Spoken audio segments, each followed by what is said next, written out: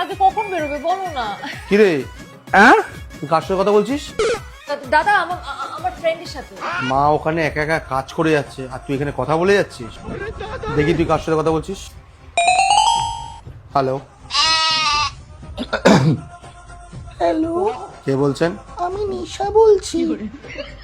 মানে বেঁচে গেছি বাড়া। এখানে বসে কথা না বলে মা রান্নাঘরে একা কাজ করছে, যা মাকে গিয়ে একটু হেল্প কর। আচ্ছা দাদা। ঠিক আছে যা। এখন আবার কে ফোন করছে? Unknown number. ও দাদা না তো? হ্যালো, কে? আমি সঞ্জু, নাম তো শুনেছ নিশ্চয়ই। হ্যাঁ, আরে আমি সুমনার দাদা। কিছুদিন আগে তোমার সাথে আমার কথা হলো না, আসলে তখন আমাদের মধ্যে একটু মিসআন্ডারস্ট্যান্ডিং হয়েছিল, তো তাই তোমাকে ফোন করলাম সরি বলার জন্য।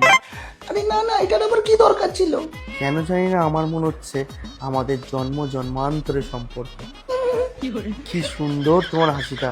এই আমাকে বিয়ে করবে? আরে ভাই আমি কি হাওয়াসি পাল্লায় পড়লাম, এখন কি করব?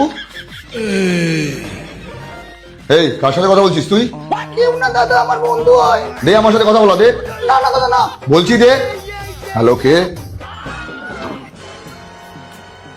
আসলে আমি পিয়া বলছি। কি সুন্দর গলার ভয়েস তোমার।